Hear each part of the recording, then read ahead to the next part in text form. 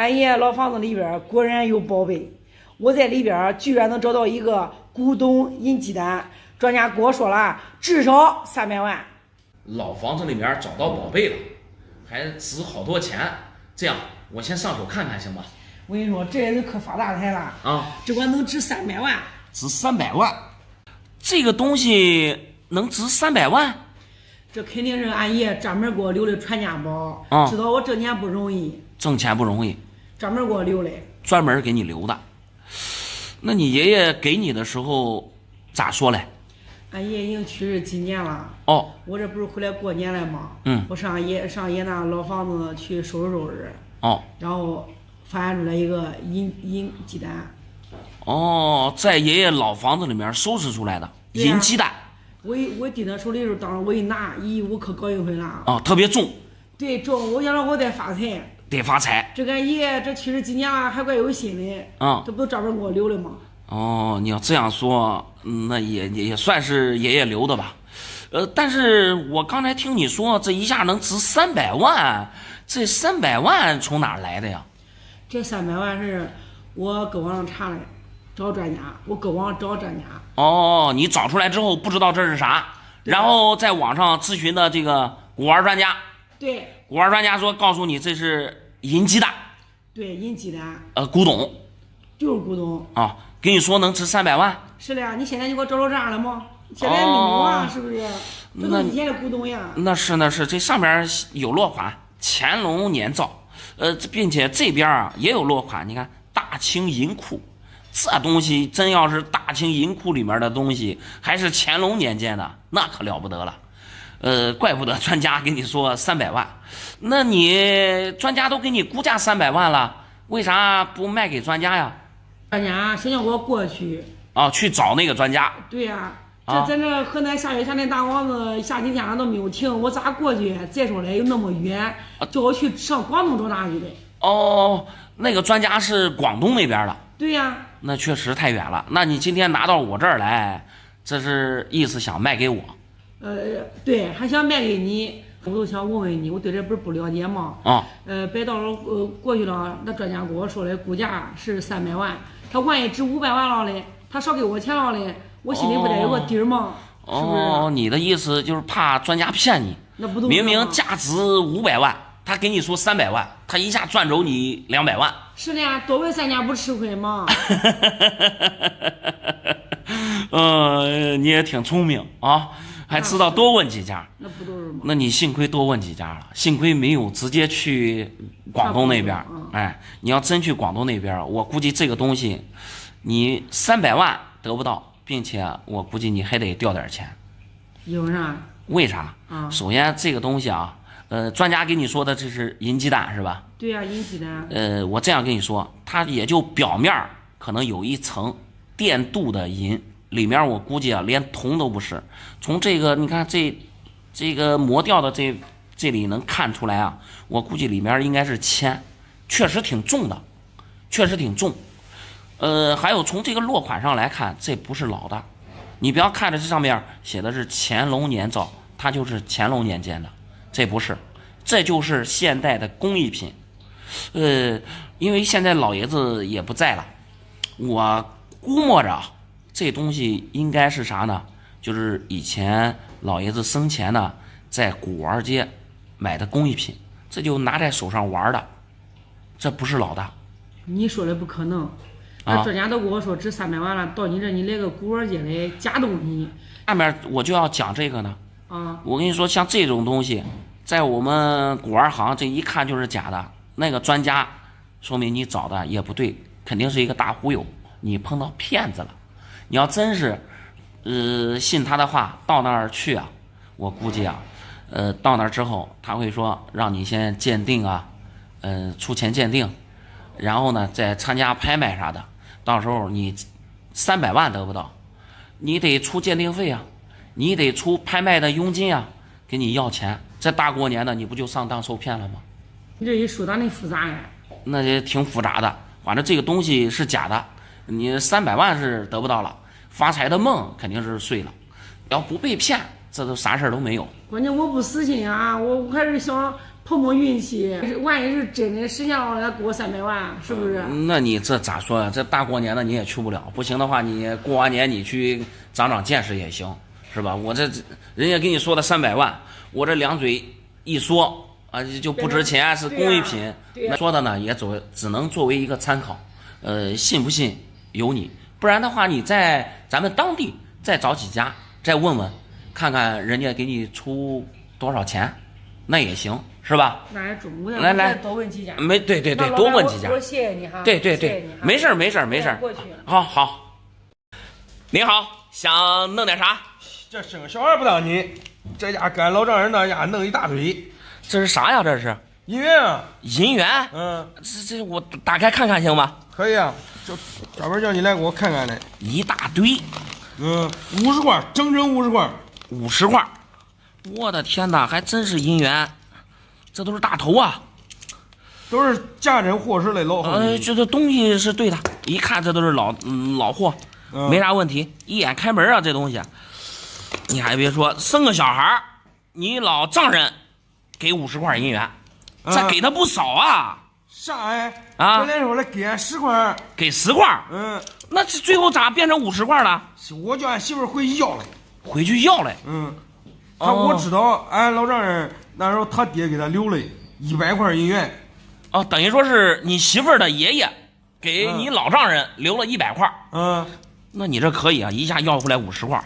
他都给俺10块说嘞啊！我知道这玩意儿他值钱，我专门叫俺媳妇回去给他妈要来。专门要的。这不要咱那个，到时候俺那有个小舅子嘞。你的意思就是不要，以后都便宜你小舅子了？那可不是咋的。不过这也行，那你老丈人、丈母娘都不错，儿子、闺女一人一半，一人50块，是不是？俺硬要过来的，他这不是真谁给的。你不管硬要，你真是不想给你，你再要他也不会给你。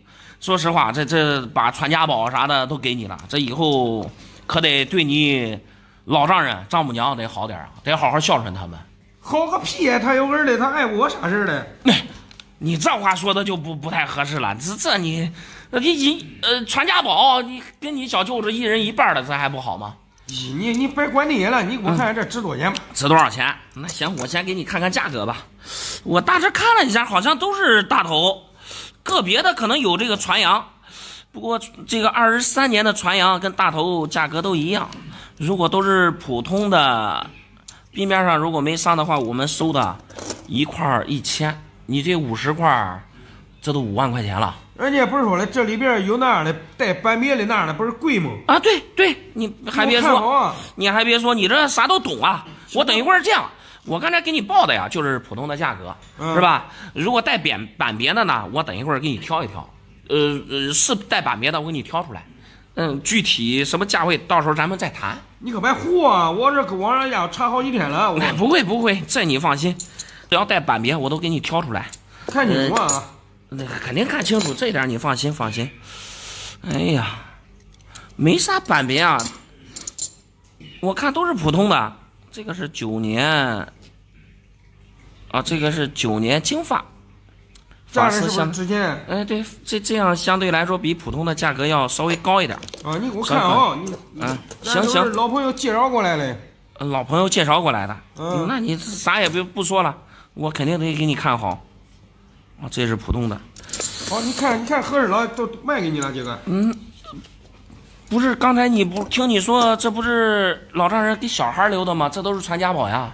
你别管那些了，我卖了，准备买个车去了一会儿。我看着你也不像缺钱，这给小孩留的，你不弄几块，不给小孩留几块吧？你别管了，你给我说了吧。我知道俺老丈人家他家里边还得有50块的。我知道，你不是说给那个小舅子留的吗？他给小舅子留的，他那50块，他那见面分一半。我下一回我给他弄2瓶酒啊，我叫俺老丈人一喝啊，我叫俺媳妇再去给他弄一半回来。再要点。我的天呀！你现在这不卖了，到时候他说，你那不是有了吗？我再不好意思给他要了。先把这些处理了，然后到时候再给老丈人要。我的天呀，你这想的怪好。不过说归说，闹归闹的，你老丈人对你这么好，你真得给他养老了啊！我养老轮不住我，轮不住你。我的天呀，你这弄的可不是不太好。你别说那些了，你赶紧给我算上吧。那行，那我先给你算一算。拍卖会上说这个奉天癸卯一两只有一枚是孤品，那都是骗人的。你看我这都有一个，能叫做孤品，一般确实都有一枚。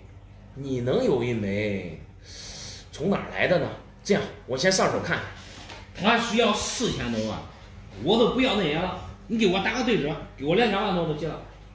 老哥今天拿着这块银元想卖2000万。对，你还别说，你这块还真是奉天癸卯，不过这个是库平7钱2分，可不是库平1两啊。一模一样，我都对了。这确实都一模一样，龙啊，其他的都对，但是就是这个重量不一样啊。库平7钱2分，跟库平1两它是有差距的。刚才我就跟你说了，他买4000万，我这个肯定也不逊于4000万，我打对折，2000多万都够了。哦，2000万。哎，老干儿，先跟你讲一下啊。这个库平7钱2分确实是那个孤品1两的弟弟，但是库平1两它是当时的4铢币，确实纯4的现在发现的就那一枚。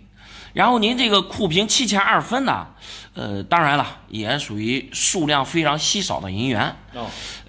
但是你要说值2000万，那肯定是值不了。差不多。差不多。不是老哥，我先问一下，咱这块银元从哪儿来的呀？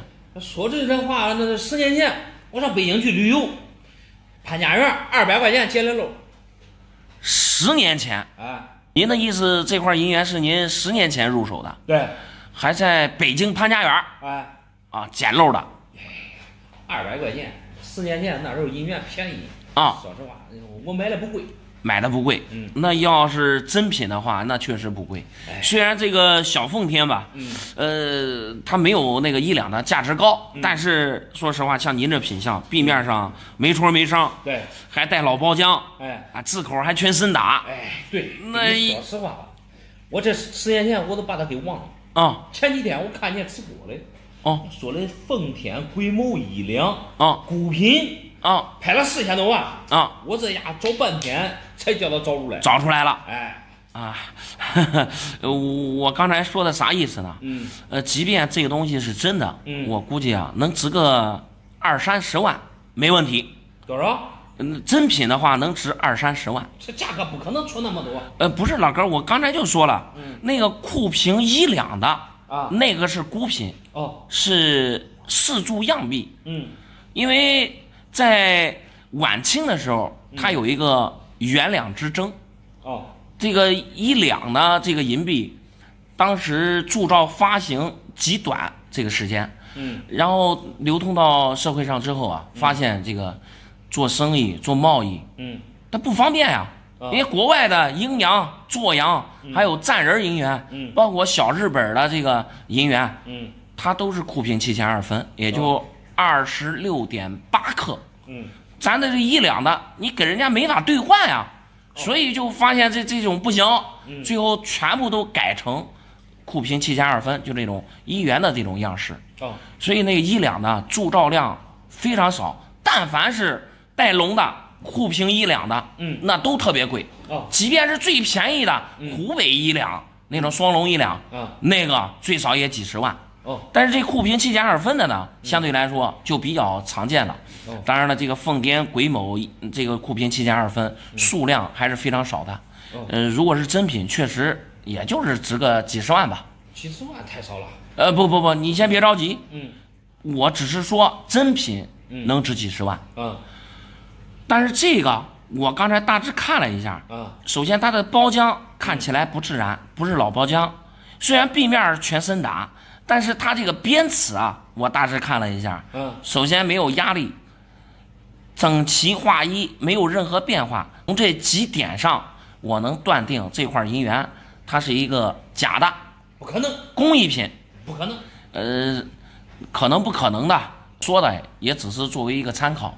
你来我店里卖，我现在收不了，能明白吗？受不了，我也是想卖。再一个，老哥，我给您说一下，虽然这个一元吧，您是10年前买回来的，对，花了200块钱，对， 10年前确实银元没有现在价值高，但是你想花200块钱买奉天癸卯的这种龙羊，那也不可能。你估的价钱也不中，拿过来吧。那行，我卖2000万，你给我20万，这不就高兴了吗？没事，您再找其他人给您看看。有没有银元啊？有啊。咱主要玩的还是银元，咱们拿银元看看，行不行？这个银元是您自己收藏的，还是老人留下来的？我老人留下来的。老人留下来的。对。哦，那老人留下来的能看一看。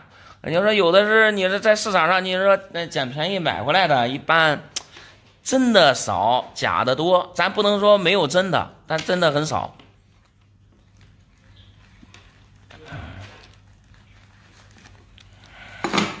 哎呦，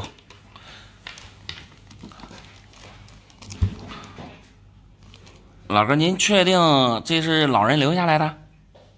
啊？您确定这是老人留下来的？其中里头有几没留的。三阳开泰，含银量999，造币总厂。有几没？哎呀，12大皇帝，这个是谁呀？清代。顺治吗？还是啥？哎呀，哪一个是老人留下来的？这几块吧。反正这个肯定是不行，这个也不行，这个也不行，这俩是一兆币，这个直接就是现代的东西，对不对？这几块啊，这几块是老人留下来的。哎，你这终于见到真东西了。那3个您收起来，那就是现代的工艺品。江南甲辰龙，你还别说这个字口挺好，很可惜壁面上有一个戳记，你看有一个五角星的戳记。时间太长了，你看我都那是我父亲要在世的话都110岁了。这些东西老的，这一眼开门，这正儿八经老人留下来的。哎，江南甲辰。要是有上面有伤，一是有戳记，这一面呢有那个划伤，您看一下，应该是用硬物拉上的，可能做的记号还不知道是啥，东西是老的，不过，哎，挺好，字口挺清楚。甲辰龙是江南省里面就是常见的吧？哎呦，这个应该不是老人留下来的吧？能打开看一下，打开看一下。我看是大清，大清宣三，哎，这个大清宣三就不行了，这明显的做工有问题啊！哎呀，这龙鳞云朵，这跟老的就差距很大，是吧？哎，假，并且还不是银的，那个。这个，并且不是银的。我看一下这个战人，应该是铜的。铜的。这个战人是老的，战人是老的，不过也可惜啊，这都有伤啊，这你看这儿，这明显的用刀划了一刀。不过这个战人是老的。你看这个也是现代工艺品是吧？那个哪一个？就这个。哦，您说的这个，那肯定呀。清代的啊，这个银元，只要是中央造币厂造出来的银元，没有皇帝画像的，哪儿有呢？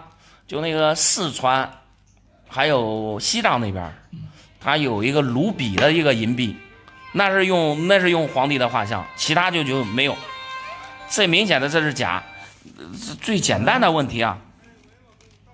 我正在你店里来啊。好的，老杠，最简单的问题，你拖一下，用左手跟右手拖一下，各拖一个，拿这个跟你这2个随便拿一个，你拖一下，重量不一样，因为这个不是银的，这不是银的，铜的密度跟银的密度不一样，并且是吧，包括做工啊或者啥的，它都不对，你可以拖出来，正儿八经银的，它26克多，这个估计20克都不一定有，咱称一下试试，好不好？17克多，17克6，17克16，重量不对，你自己能拖出来，你自己可以拖一下试试，是不是？明显的假。真正的是27克是吧？26克8到27克吧。哦。不一定，因为还有偷银的。你本身它这个银元它是26克8，比如说，那以前有那小偷，他把这个真的银元，他把边儿给磨一下，把银子磨掉一点嘛，是不是？磨掉一点，它重量没那么多了。但是你说这个银元是假的吗？它也不假，那叫偷银。哎，也能见到，还有超重版的。这个也不对，这个。那对，这现在啊，这两个，这俩是老的，是吧？这个大清是假的。哦。大清是假的。哦。还有啥？啊？还有啥？还有纸币。纸币没事，你拿出来瞅瞅，都瞅瞅看看吧，是不是？就现在还流通发行的就不用了。啊？你要是以前的可以看一看。这都是我自己。哎呀，自己攒的。自己攒的。哎，这个是我自己攒的。但那心里有几个。啊，这是不行，这只有。只有罗马字符，没有阿拉伯数字的这种，它就没啥价值，价值不高。虽然你看它上面说的是53年，其实这个他别说1953年了，他就是应该是80几年的时候，那时候硬币少，增印的。哎，这是第4版的2块的，这是80版还是90版？第4版2块的是90版不行。像这种第4版的，你可以找找，回去找找有没有80版的。你看这个是1990，它还有一个1980的，1980的数量少一点。1980的管值多少钱？值多少钱得看品相啊，是不是？全新的。全新的能值好几百块。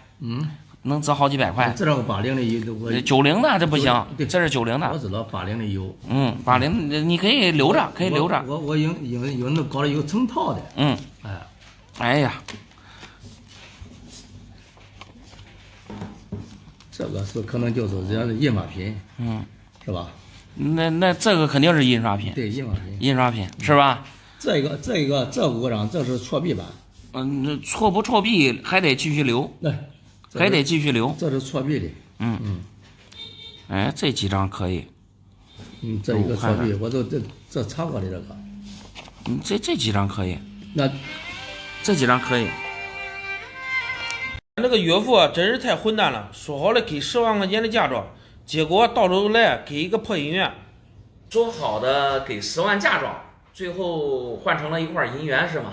对。这样我上手看看。平常啊说话非常大方，这一到事上人家非常小气。哎呀，原相共和，拿原相共和当嫁妆，看来你岳父非常有实力啊。你要说有实力吧，那是非常有实力啊。这个村啊，远近闻名的，有钱，但是终于实现了这一句话。你要不说越有钱人越小气，越抠门。对，到我身边，我真是知道咋回事了。刚开始俺下彩礼的时候，我给他下了5万块钱彩礼，非常高兴。5万块钱的彩礼，那5万块钱的彩礼，按理来讲不多，在咱们周口这边。之前我见过人家多的20万、30万的彩礼都有。对我来说已经不少了。当时5万块钱彩礼下过去之后，他说我给你返回来10万。我以为他是个玩笑话，他重复了3遍，我当真了。这结完婚了，这又弄这事儿，这彩礼不给我了又。彩礼也没了。现在就一块银元。对呀，这一块银元1000把块钱，这不是明年黑我4万多块钱吗？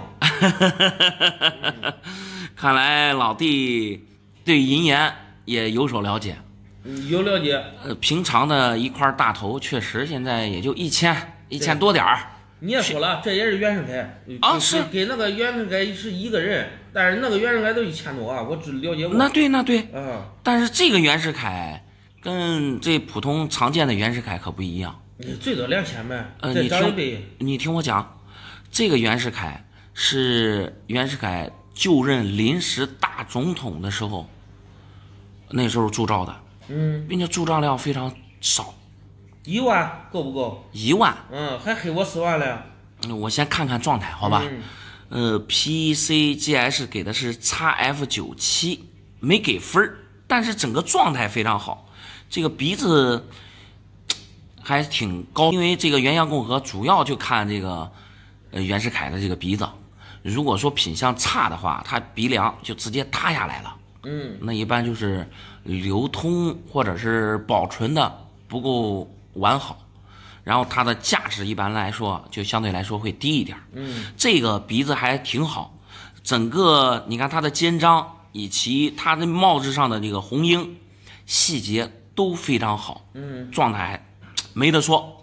另外啊，咱们再看字面这一块，字面这一块呢，字口也都是全深打的，包括上面的这个麦穗也都细节都在。可能就是你看它这个字面这一块呢，壁面上确实有少量的包浆，可能就是因为这上面有包浆，所以没有给分。但是没给分的这个原乡共和呀，它也是原乡共和，在军阀币里面首屈一指，大名鼎鼎。你别夸得恁漂亮了啊！你这夸得恁漂亮，我跟你说，你能给我2万块钱不能？你给我2万块钱，我马上给你。哎呀，关键是我那3万块钱找谁要去？老弟，你这是对他这个价值很不了解呀。我都不玩这东西，谁懂这玩意儿啊？你这幸亏是碰到我了呀。你这不懂行情，你真是碰到那种奸商，真是给你2万块钱，你卖不卖？我真给他，这东西你也说1000多，哎呀，我给他2万，他不会给我2万了，他最多给我2000块钱。你听我讲，1000多的，刚才就说了，那是普通的袁大头，这个是原相共和军阀币里面的，非常出名，就没分儿，就这个状态。现在我给你估一下，大概10万左右。你别开玩笑了，这东西银元哪有值10万块钱的东西？你真是不想要？现在咱不说多，9万8。你真给我真给你。确定要出了？我确定要给你，我都不要这东西。那行，那今天这块银元就留我这儿了，9万8。可以，没问题，我让你挣2000。那行，这怕啥嘞，对不对？但是我跟你说一下，你岳父啊还是非常有实力的。这东西没有欺骗你或者啥的，骗你彩礼啥的，5万块钱的彩礼不多。等一会儿我给你拿现金，行不行？行，这东西就放我这儿，绝对放你这儿。我给你留3天，因为毕竟这是你岳父给你的，你回去再问一下你岳父，如果愿意，都愿意出手，对，跟你媳妇儿再商量一下，都愿意出手，你到时候真卖了也就卖了，是吧？我给你留3天，你回去跟家人说一下。我不用说，都是你的东西了，就是我的了。谁给我钱，我给谁。那行，那啥也不说了，那这东西我就留下了。没问题。好嘞。你好，想弄点啥？你好，想买你一个大宝贝。大宝贝？金元宝。金元宝？对，拿出来我先看看。清代雍正那边的金元宝。清代雍正年间的。哟，还真是雍正年间的。上面都有落款，对，雍正年造，大清，10分赤金，这落款比较厉害了。清代的东西，你是从哪弄过来的？咱家传的。家传的。对，家里能传下来就这种大金元宝。赤金吧，一般人传不下来。我这30多岁了，我没见一个人有这东西。那看来咱们祖上非常厉害，大有来历。那厉害得很啊！我听俺爷讲过啊，祖上的牛人特别多，都是经商奇才。那一条街10家得有9家都是俺家的铺子，富可敌国。祖上在清代的时候经商，非常有钱，对，富可敌国。对，但是俺们的钱啊，主要还是跟军队有关系，做后勤啦、粮草这一块。俺老祖宗啊，他比较未雨绸缪，因为这个东西毕竟给国家沾边的东西，万一出差错了，就满门抄斩啊。就叫俺一支隐姓埋名分出去了，每一个男孩都给了一个大金元宝，保命钱。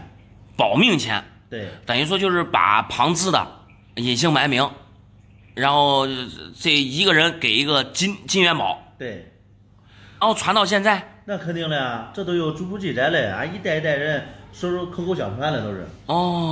那你要这样说，那就来历大了。那祖上我估计啊，肯定是特别有名。现在史料也不好查啊，因为听俺爷说啊，特意把俺这一脉的姓氏都改了，就害怕这个灭种了。明白了。那你这今天拿过来，这是想要出手了？不过刚才听你说，这是祖上留的保命钱啊。对，看着你也不像说缺吃缺喝的呀。那我是没有饿死，也没有穷死，但是刚才就说了，我30多岁了，我还没结婚嘞。这好不容易谈一个相亲，像个女孩，哎呀，要30万的彩礼，我哪有这些钱？哦，因为彩礼不够，你的意思把这个卖了？对。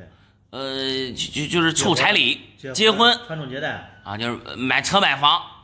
对。那你这想卖多少钱？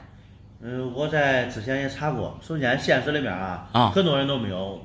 搁古代这个金子的冶炼非常难。你看银锭、银元宝非常多，对，金锭、金元宝非常非常的罕见，对，所以它的价值一般都非常高呀。一看你都是专业的然后网上我也查了，也有咨询好多专家他们有的没有我这个好看的，我还卖200多万，我这个好看我准备卖400万。400万？对，我的天呀！我感觉这个价位非常合适。这清代的还是雍正年间的。如果说就这20两的金元宝、金锭，如果是老的，你要400万，开价其实不算高。那好，给你吧。不，你先别着急。但是我看着这个东西吧，虽然金灿灿的，但是我感觉它不对。首先，重量上不对。虽然有一定的分量，因为毕竟是实心的，有这么大一块，但是黄金比这个要重的多。像这一块我估计是黄金的话，你按20两的算的话，那最起码得1斤多了。但是这个我拎起来重量，我估计也就200-300克，200-300克，只有半斤的分量，说明它的材质不对。另外咱们再看一下这上面的字口，这个字特别软。你搁清代的时候，像这个落款上面的字，都是用钢印给凿上去的，所以就是字会特别有力，这没有一点力度，软绵绵的，肯定也不对。最后咱们再看一下这个背后的蜂窝，这蜂窝就有点假了。不管是金锭也好，银锭也好，这个锭子的下方肯定会有蜂窝，它因为就是铸造的过程中，它会有气泡产生，所以就会最后有那个蜂窝。这蜂窝做的太假。从几种方向上来看，这个东西是假的，对，也不是金的。刚才你讲的故事非常好，一会儿祖上经商富可敌国的，一会儿保命钱的，讲的非常好。但是我觉得这个东西不对。那不可能了吧？这是俺爷都今年都80多了，他说这都真的，而且有族谱你肯定是说谎话了。从这几方面来讲，这个东西它就是古玩街上的工艺品。你说实话吧，你这东西到底从哪儿来的？你还个价，对不对？我要400万，你还个价。不，东西我肯定不能要。刚才就说了，这东西是假的。你给我估个价。估不了价，假的不值钱，能明白吗？值2000块钱。值不值2000块钱？那肯定值不了。那毁了那我这2000块钱买人家的，人家都给我这样说了，这管值多少钱？你不是说祖传的吗？那人家都跟我这样说嘞。你的意思你买人家的，人家跟你说这是家里祖传的，什么富可敌国啥的，都是别人说的。我不是想赚个差价吗？买400万吗？哎呀，那你能不能找到那个人了？不清楚。那你要能找到，赶快给他退了；找不到，那你这等于说是贪小便宜吃大亏了。假的。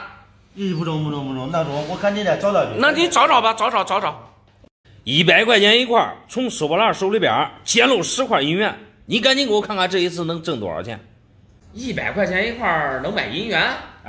这样我先上手瞅瞅。一爷子还买一套，整4套。哎呦，这都是袁大头啊！袁大头，不过你这袁大头看起来可是有问题啊。这能有啥问题？这民国10年、9年、8年的咱就不说了这民国7年、6年的都出来了，正好一套，从元年到4年。从元年要1年、2年、3年、4年、5年、6年、7年、8年、9年、10年。对，我的天啊，一套。刚才听你说你这银元在哪买回来的？收破烂手里收来的。收破烂的手里买回来的。前2天不是有个收破烂上俺家去收破烂了吗？正好他问我要不要银元，我天天看你的视频，我多少在懂点他卖的便宜，100块钱一块，他才从一个老太太手里边收来，从一个老太太手里收回来的。啊，他跟你说这都是一个老太太卖给他的，哎，然后又转卖给你了。对，问我要不要？我经常看你视频啊，这袁大头好像1000块钱一个，好像是说的。那确实，哎，现在普通的大头确实得1000块钱。哎，我这漂亮啊，你看上面漂亮。哎，漂亮，你还知道这品相好？哎，好得很。哎呀，我这一想，到手一块我挣900。10块挣9000。啊，这家伙这个肥年过年的开销出来了，我都算好了啊，9000块钱不说多，一头羊，一头猪，然后另外再弄个藕腿。我的天啊！赚的钱怎么花已经想好了。对，我都想好了，这吃的是有了，再到时候再弄一箱5粮液吧。我的天哪！不，老哥，咱先别讲这个了，别讲这个了。你刚才说经常看我的视频，在我的视频里见到过中华民国4年的大头。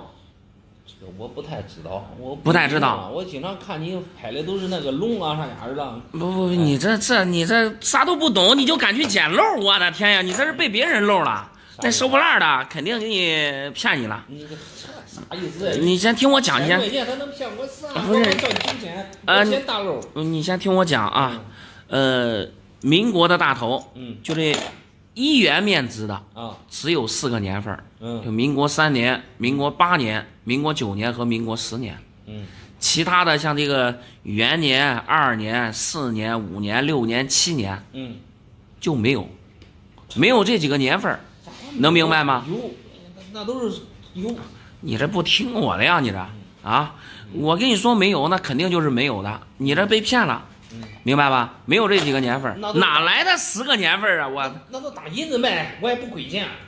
重点来了，你银元必须得是银的，对不对？对。就听这声音，我跟你说，哗哗啦啦的，这就不是银子。这不是银子，这是啥？假的。不可能。你看这都生锈了。你看这个就生铁锈了。他说的是包浆。我估计大概率啊，应该是铁。我这没吸铁石，有吸铁石的话，给你拿吸铁石吸一下，肯定能吸得上来，能明白吗？这假的，一眼假，在我们行内，这都没有真的可能。好了，你也别给我拽那些专业知识了。那我看这10块，你现在能给多少钱？我合适我都卖，不合适我叫东西拿走。你的意思让我给你估价，卖给你，卖给我肯定不要。多少钱我都不会要这东西，我可以免费啊给你估价，能明白吧？你不是花1000块钱买了10块？哎，对啊，100块钱一块是吧？对。我这样跟你说吧，我估计啊，你大概啊，得赔990块钱。啥意思？像这10块一块，在古玩市场，我估计1块钱、2块钱就能买回来。1块钱2块钱，你恶心谁嘞？不，你既然经常看我的视频，我就必须得跟你说实话，你被骗了。我没被骗，我感觉你鉴定的有问题，那给我没有问题，你那假的。这银元这多漂亮，王子，这你竟然说1块钱2块钱，你想啥嘞？那行，你想借我这肉？我没要。你好，想弄点啥？老板，你看我这几块银元能不能换点钱？几块银元？换钱？对。哎呀，还都是老包浆。我看一下，这俩是开国小头，没啥版别，不过味道都不错。北洋龙，品相很一般，好在壁面上没伤。这个是大头，咱这个银元从哪儿来的？我前几年结婚。然后俺爷给我的。哦，等于说是你的嫁妆银元。对。这是碰到啥事了？要卖银元？哎，碰见一个不攒钱的老公，天给个神经病了。啊。天不上班，就是爱喝酒，高兴了喝，不高兴了还喝。哎呦。因为你喝酒都喝酒呗，每次喝了酒回来都找我的事儿。找你的事儿？对，他都打我。哎呀，这不行。你喝酒本身就不行了，你说天天喝酒不工作那肯定不行，这还你说喝完酒还找事儿打架或者家暴啥的那更不行啊。我1个月吧挣3000块钱左右，然后就是这个月应该是盘点嘞，说的该过年了，然后工资发的晚了。哦，你这是在哪上班呢？那个超市里边。哦，超市里面上班呢。对，然后他想着我发工资了嘞，每次发工资他都得给我要着点儿。哎呀，不给他都打我。这一次嘞，他想着是我肯定发了，是我不愿意给他钱。他可能又打我了。你看我这脸上，我实在是受不了了。这当时俺父母那边都不让愿意，那是都不愿意，就我自己非得愿意。从那之后你们俩是自谈嘞。自己谈的。对，俺爸妈说了，只要跟他结婚都不能再回家了。我已经好几年没有回去了。这现在是啥情况？这算是出来了？对呀，我肯定不能再给他过了。哎呀，受不了，马上再打要我打死了。哎呀，你看这事儿弄的，这今天这把医院卖了，先把这眼前的难关渡过去。对，我想把这东西给卖了。你看这事我都不知道咋劝了。按正常来说，你说两口子吵架生气，肯定是劝和不劝离。但是你碰见这种情况，说你这老公太混蛋了，看起来你说你是这么好的人，你说还天天给他挣钱，你说还天天喝酒打人，哪能这样啊？哎，这都不用劝了，我这回我都不能再给他做了，我必须再给他离婚。你这样，你先回娘家待几天。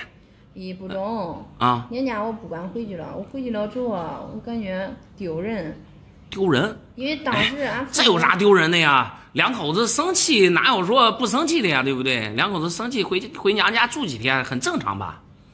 老板你都不知道啥情况这当时出来结婚的时候都很坚决反正当时也生气，跟俺父母也吵架了。父母不同意？对，他不同意觉得那时候我年龄小白，看的都是外表这现在终于知道俺父母都是为了我好。那是说实话，婚姻大事有时候还得听父母的劝，你父母不会害自己的孩子呀，是不是？对。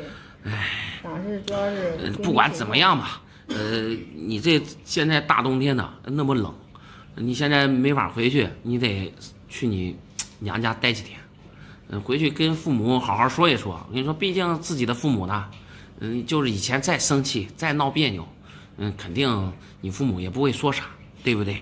对，我到现在一点钱没有，我在这卖了就是光买个票回去家回去嘞。家是哪儿的？安徽的。安徽的。对。哎呀，那行，那我给你算一算吧。杨龙，像这个品相呢，能给个2500，因为这品相弱了点儿。然后大头能给个1000块钱，小头呢价格就相对来说要便宜点了，这小头也就600-700块钱。你这是确实碰到难处了，能多给点多给点。现在小头我一块给你按700块钱，好吧？平常我说的都是600。好啊，大头也给你加100，1100，行吧？我现在其实卖也就卖个1100多点，我收的都是1000。好。北洋龙，这咋说？这也给你加200吧。我给你留几天，这样吧，留1个星期吧。你回去在娘家先待几天，手头宽裕了呢，到时候你还可以把这个银元赎走，行吧？好嘞。毕竟因为这是你的嫁妆银元。真是一下出手了，也挺可惜的。整，那谢谢你了，老板。没事，那就这样说。好。我找这个老公真不靠谱，一下班回到家都玩这玩意儿，一点家务都不干。我准备跟他离婚。我看你手上拿的是银元呀。是嘞，听他说这玩意儿都是银元。这样，我先上手看看。你认真看看，都因为这个东西，昨天晚上俺俩大吵一架，都准备跟他离婚。看起来这几块银元还都不错呀，都是苹果级的，还是 PCGS 评级的，都挺好。造币总厂、北洋龙、大清轩3，妥妥的龙阳3剑客呀。刚才听你说因为银元生气了，这是啥情况呀？我找这个老公坏事了。坏事了？天天给家啥也不干不打扫卫生，不煮饭，啥心都一点都不操，叫我自己操完都这天天一下班回来都玩这东西。你说这东西管值几个钱哎？天天搁这玩。哦，一下班回来就玩银元。啊，俺家还有那小铜币、猴鞋。哦，铜钱还有。哎，对。哦，喜欢古玩是吧？天天搁这下饭精这，你说这东西值几个钱？咋说呀？铜钱我不知道，但是这几块银元，刚才就说了，大清轩山、北洋龙、造币总厂，这东西还不便宜。看来你老公不少挣钱吧？挣啥钱？一个月不都8-9万块钱吗？多少？8-9万呢？一个月挣8-9万？一个月挣8-9万块钱，贴的不是他了。我的天呀，美女，这一个月挣8-9万还少吗？在咱们周口这儿，我觉得呀，你这属于第一梯队了啊！他挣钱多咋了？那挣钱多谁不挣钱？都给这现在这社会上，那男女都平等。那是平等啥？那干活啥东西都是谁有空谁干。对，都给他这儿啥也不干，他挣那8-9万算啥呀？道理也是这个道理。那家活得俩人一起干，是吧？对呀，你不能说光给你自己这样太辛苦了。俺闺女现在一听说这事儿嘛，都叫我给她离婚。我想想也是嘞，她净玩这，她不是喜欢玩这吗？我都给她卖了，看看这东西到底是值多少钱。哎呦，你闺蜜劝着你离婚啊？那你这闺蜜不行啊！你这一个月你老公挣8-9万，你闺蜜还让你离婚，这不行。不能听他们，不能如他们的意啊。你先给我看看这东西到底是值多少钱。那行，龙阳3剑客，先说这个赵总，因为它的价值相对来说要高一些。PCGS 给的是 XF97，说明壁面上有包浆，不过干起来整体状态非常好。龙鳞、云朵，包括这个赵总的这个鼻子都挺好，细节都在。字面这一块字口也都非常清晰，估计没给分。最主要的应该就是这一点黑色的包浆，不过整体状态非常不错，我估计这个价值2万左右没问题。这能值钱吗？那确实，造币总厂这还是没分，有分的话那价值最起码得翻个倍。再看这个北洋龙这个是 XF40， 给的分明显是低评了呀，状态非常好，老酱彩还带点五彩的味道，整个龙鳞是全的，还是高额头，字面也非常不错，这整个包浆状态都非常舒服。像这个我估计啊，8000到1万也没问题。这个没那个值钱啊。确实，北洋龙的话，因为相对来说存世量相对来说多一点，确实没赵总价格高。再看这个大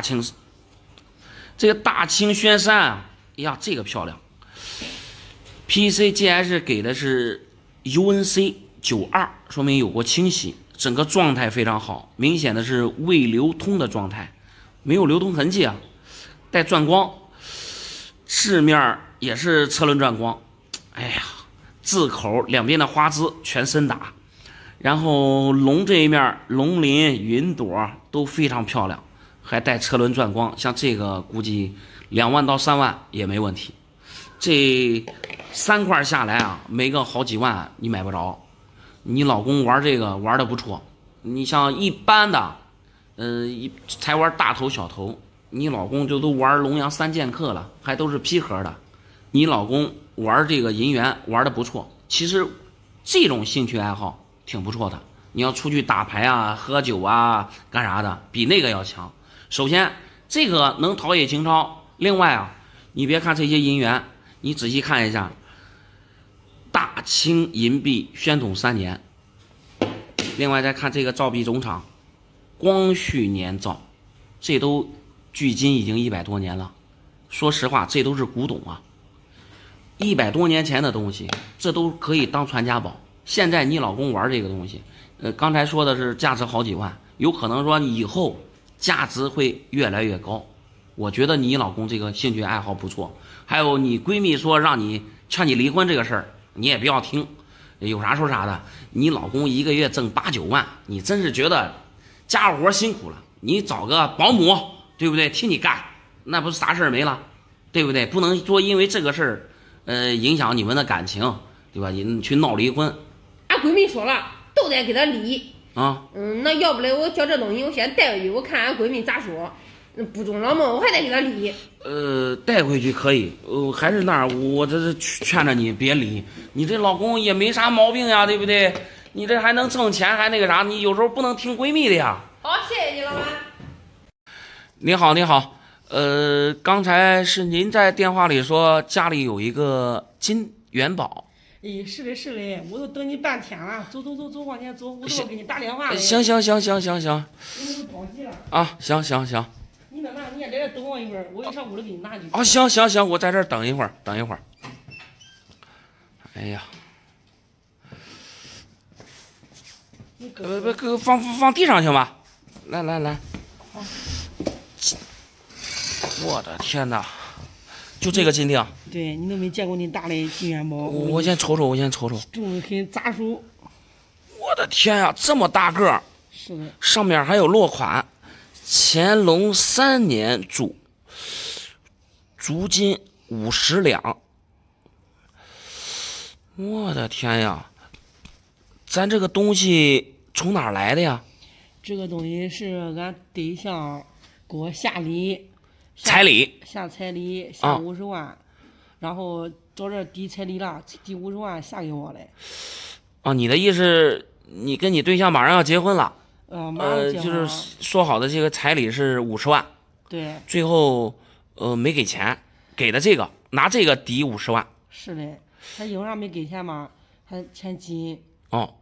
那钱金，然后说嘞，这比50万还值钱嘞，这值500万。不，这个东西，你对象从哪儿来的？俺对象我跟你说，俺对象咋回事吧？他家里边他爷都他这一个孙儿。他老太爷跟民国的时候是有名的大地主。老太爷是民国的地主。对，这给他爷了，他爷到这一个孙儿嘞，这等着钱金。这下里没有那些钱，他爷就这拿出来了。直接就把这个抵彩礼了。对，他爷给他爸都说了，这个东西不值50万，得值500万，比给钱还有诚意嘞。给钱太俗气了。对，直接拿这个金元宝，我的天呀，这可厉害了。这多有意义。不对呀，这是给你的这个彩礼是吧？对呀。这今天要拿出来卖了，这是？听你的意思？不是卖了，我想要你给我想法，就这一个角里边给我切掉一小块，截掉一点。对，截掉一小块。你这干嘛呢？俺弟也21、22了，也该说对象了，然后俺弟想买个车我想买个车，我想截掉这一块，不截多，不超过20万10来万都中，给他提辆车，不是现在有面子好找对象吗？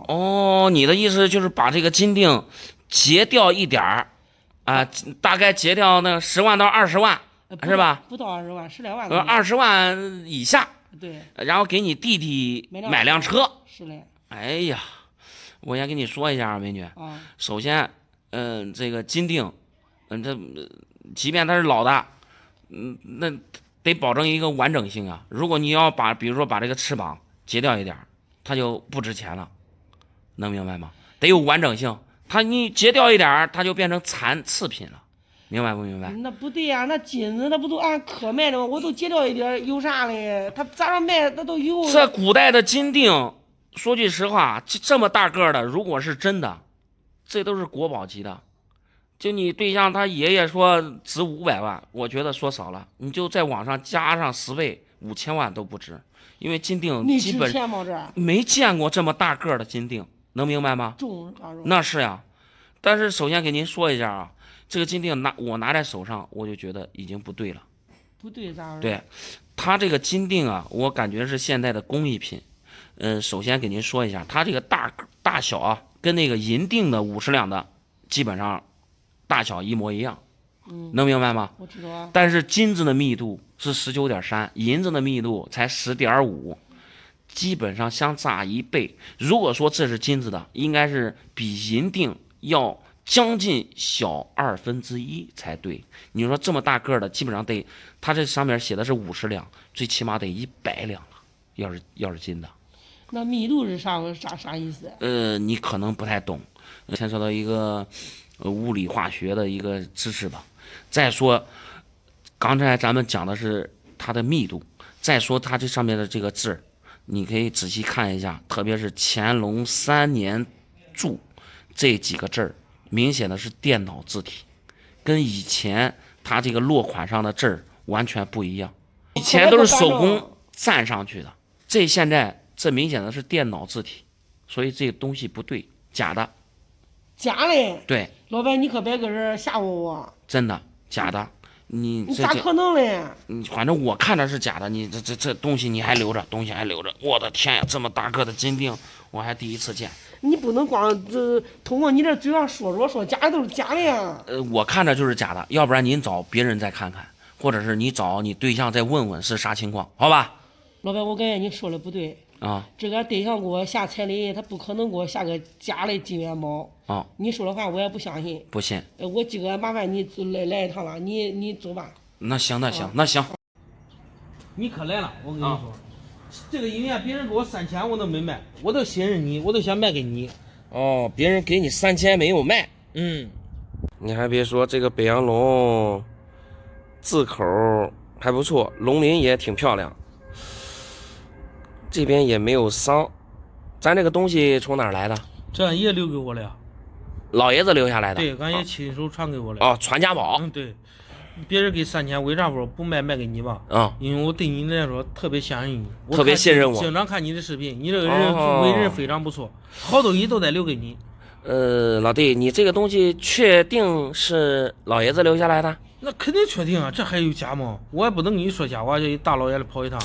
不对，你这看起来银元品相是不错，但是总感觉不太对。那你给看看哪里不对？那你这块银元看起来这是肯定是有问题的，你这肯定是说假话了。我摆卖没说假话，我这人从不是撒谎。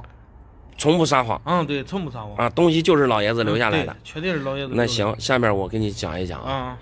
北洋龙在咱们北方啊是非常常见的这个龙阳。龙阳3剑客之一嘛。我平常上手的北洋龙啊也非常非常多。我经常看你视频，确实多。从哪儿看出来不对吧？首先这个材质是没啥问题，肯定是银的。但是壁面弱打，压力不够。很多人不知道从哪儿看压力。我跟你说，你就从它这个满纹，中间的满纹，你看这满纹是四个满纹，对不对？对呀。左边一个，右边一个，下边一个，上面也有一个。明显的上面这个在铸造的时候就没有印清楚。你要说平常有的家里放的北洋龙时间长了，有可能在流通的过程中把这个满纹啊磨得不清楚了。但是你这个明显的这跟磨没有任何关系。我这个就是磨了。那不跟磨的差别大了。跟磨的差别大了。这个明显就是铸造的时候没铸造好，这就是压力不足的表现。再看龙的这一面，龙的这一面感觉全龙鳞，高额头。对一般你看着啊没啥问题。但是你再仔细看一下这个龙鳞，跟真的比起来，这龙鳞比较散。比较散，能明白吗？这也是因为压力不足造成的。这我也看不懂了还。再看一下边齿。边齿很多说老银元一般都有夹丝，你这个银元的边齿其实做的也蛮像的。确实有夹丝，但是这所有的夹丝都一模一样，转一圈下来一模一样。所以这个银元肯定不是老人留下来的。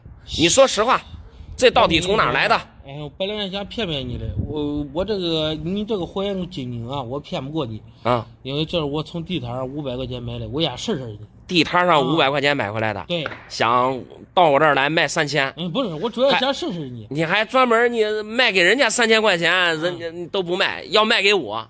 老弟，你这样干事不行啊。是不是？试试你了吗？谁让你看出来了，对不对？看出来了，我要是看不出来，这不就上当受骗了吗？不会，你看不出来，我也不会让你买走。不是老弟，你听我一句劝，我跟你说，你这属于卖假货。这属于卖假货，严格意义上来讲，我跟你说，这就是诈骗。我不是没卖给你的吗？东西来，你还拿着。最后跟你说一句啊，多行不义必自毙，啊，到此为止，再见。老先生是从哪儿过来的？我从临泉。临泉。那离得近，安徽是吧？咱邻居。是嘞，是嘞，那这来比较方便一点。老先生从林犬大老远跑到这儿，那肯定是有藏品啊。是自己家里收藏的，还是另外买的？不是，我不买，我自己收藏的。自己收藏的。对对对。家里老人留下来的，还是咋回事？啊，对，我那么大年妈7、8十了，不是还是原来我以前我老人留下来的。哦，那行，这样咱拿出来看看，行吧？这个看一下。哎呦，这还包装的挺好。哦，这是一个纪念银币，这么大个的还少见啊。我先看看这证书吧。其实像这个东西，它上面写的是含银量3个9的，就是99.9%，是吧？我打开看一下啊。你打。AG 999 1000克，1000克的话2斤，是吧？对。那你这买着还不便宜啊？你看一下，时间不长。时间不长，我觉得时间也不长，我看着还挺新，是吧？从表面看，这还真看不出来。如果说是它要是造假的话，因为外表都是镀银，你也看不出来。但是从这个做工上来看，还挺可以。我称一下重量，行吧？行。因为如果说它是银的，它就得按照它这上边的重量来说，它就得是1000克。对，是吧？但是这个我给你说明一下子。这个它本身自己没有1000克，但就我都给他们厂家都联系过。那不会，那不会，不是，我没事，我称一下。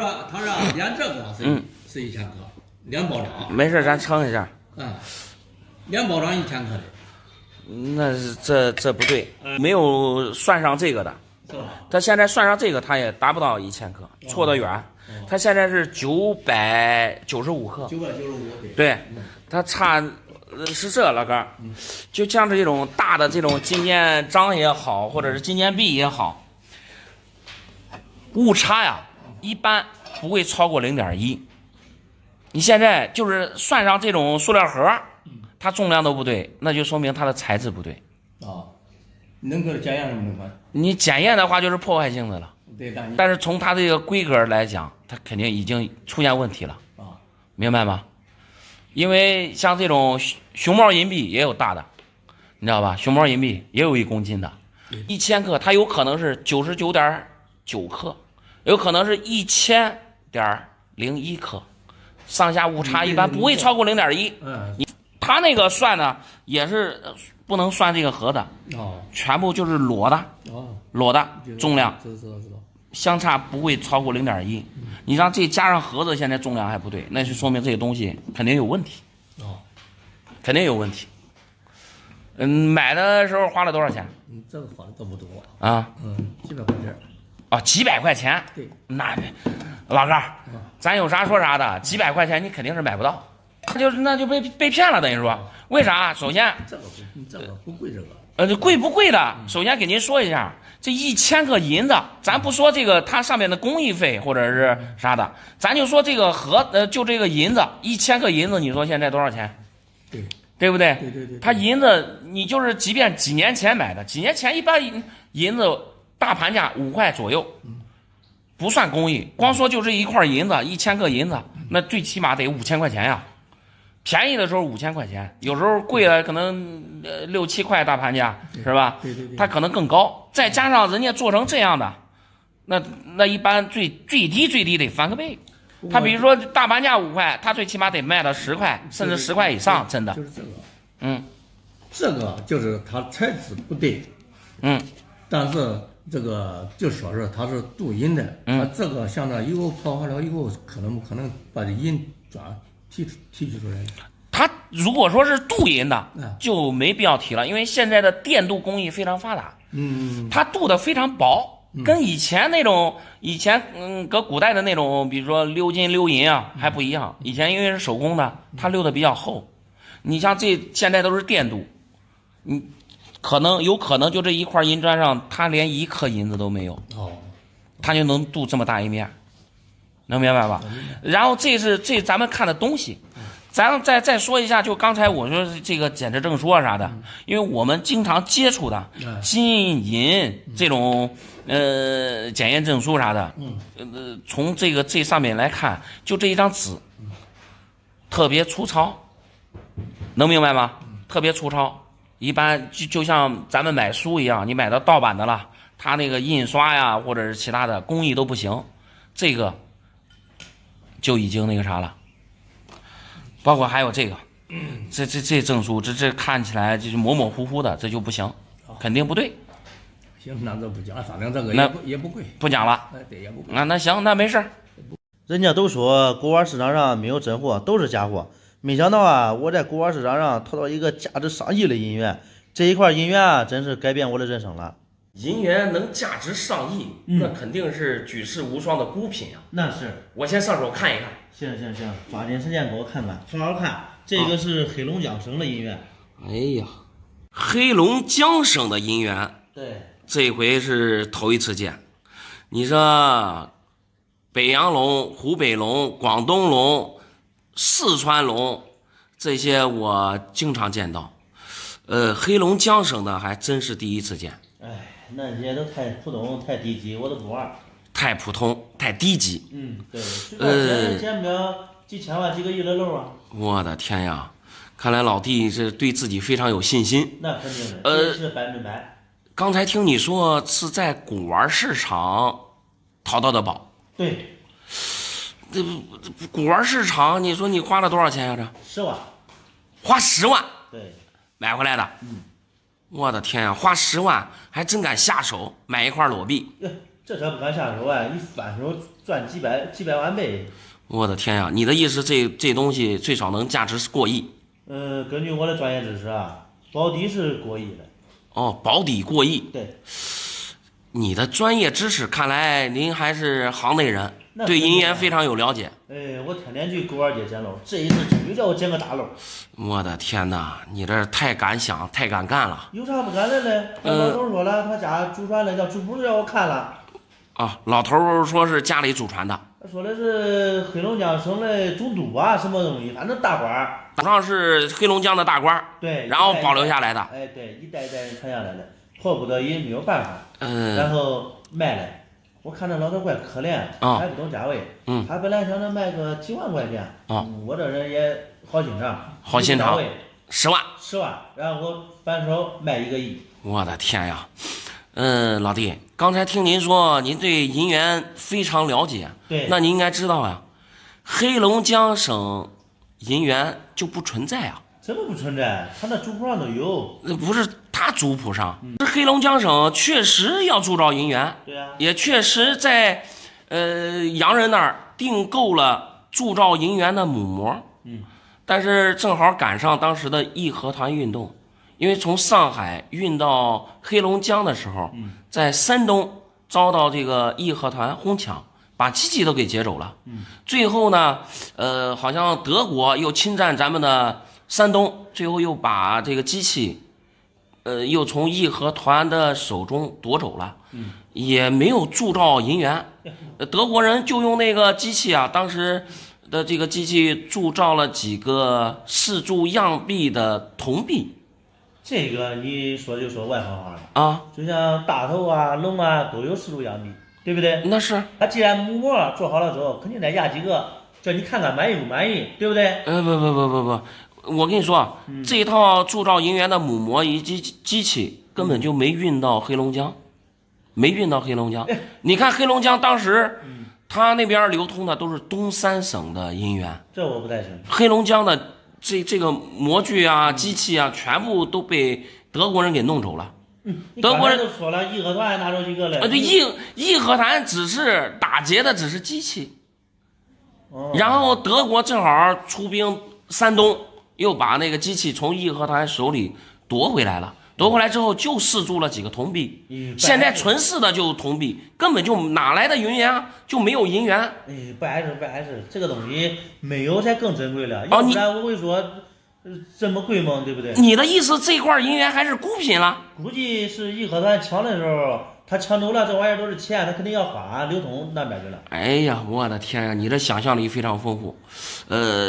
你这来到我店里啥意思啊？想卖给我？对，不是老弟，你就觉得我这儿能出得起上亿的价钱吗？哎，你出不起不碍事啊，你这卖光，我这附近就看你专业一些，你可以替我代卖嘛。不，在我的认知里面，黑龙江省没有铸造银元，说你看这包裹有流通痕迹，因为这个东西就没有铸造出来，也没有流通发行过，哪来的流通痕迹啊？就从这一点我就知道肯定是假的，我也收不了。你别说你1个亿了，你就100块钱我也要不了，东西是假的。100块钱，1个亿啊！你少一个角我也不会卖给你。那行，您再找其他人给您看一看，行吧？你这样的人啊，我跟你说都不敢让你摸我的银元。老弟，你要听我一句讲的话，我跟你说，这假银元卖给你，你不是花了10万吗？对，抓紧时间报警，你是被人骗了。别扯淡了，我跟你说，我这边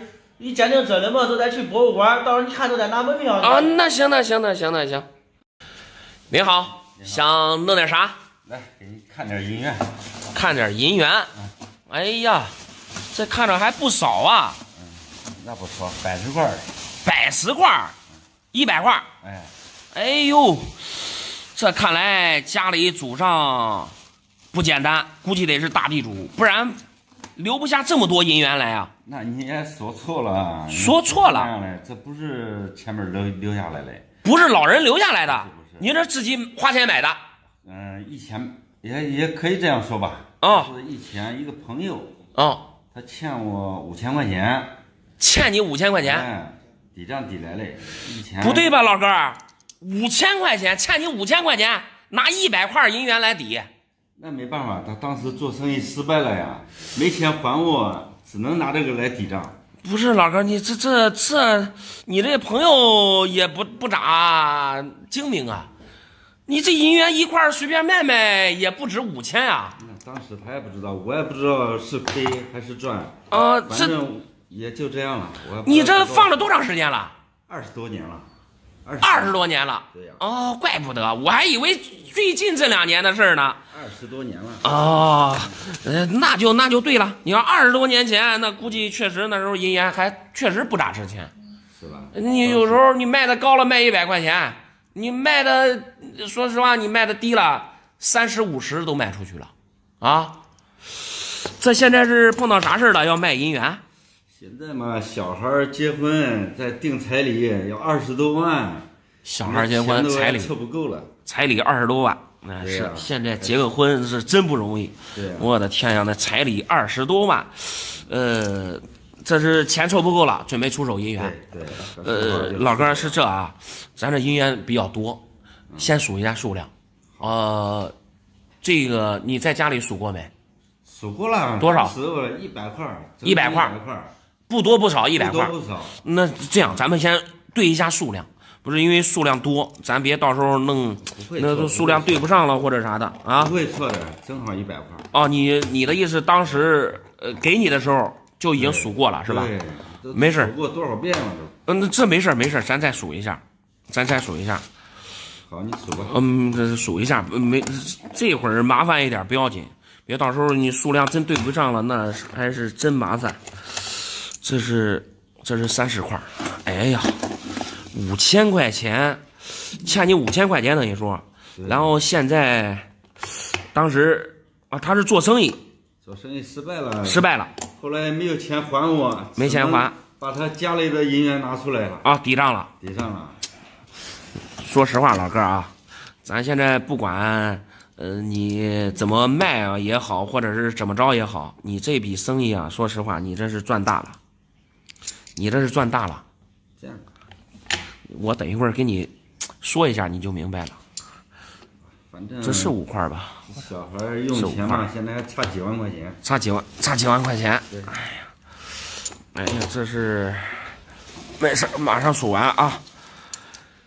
哎呀，这现在你别说5000块钱、5万块钱，你也买不着这么多银元。这5块，哎呀。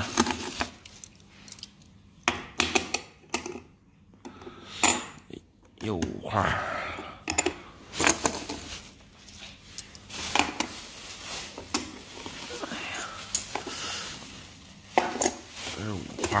了吗？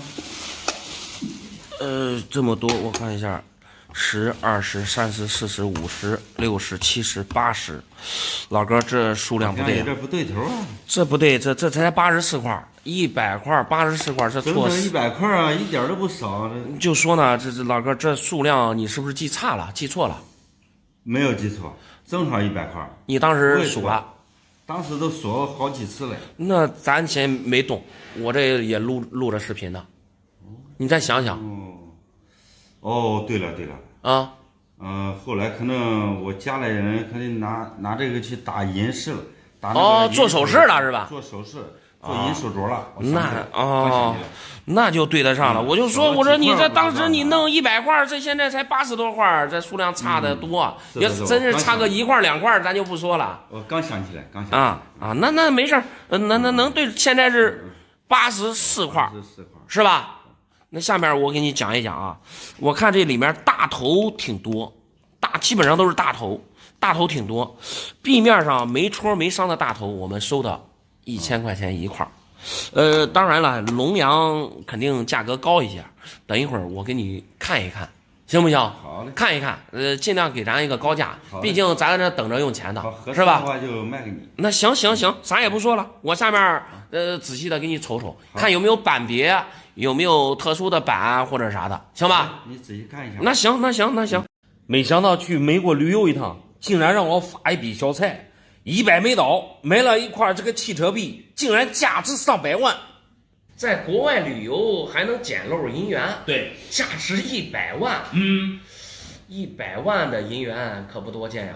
这样，我上手看看。我都已经搁网上查好多遍了啊，最少值100万，值多不少。呀，还是一个汽车币呀。这汽车币可不简单呀。在军阀币里面大名鼎鼎。对，咱们国内当时铸造的银元非常多，种类繁多。对，但是以汽车为主题的，只有这一种。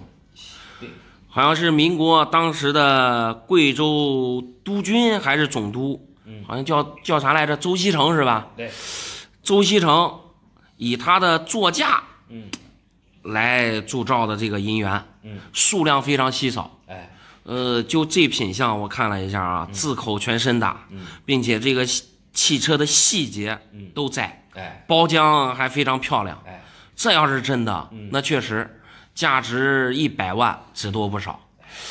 老哥，刚才听你说这是在国外买的，美国纽约。哦，美国纽约。我上那去旅游去了。哦，没想到他那边也有古玩店。哦，去美国那边的古玩店，淘回来的。对。刚才听你说是花了多少钱？100美刀。100美元。100美元换算成咱们现在人民币应该是700多块钱。大概差不多就这。差不多。对，700多块钱。对。买了就这块银元。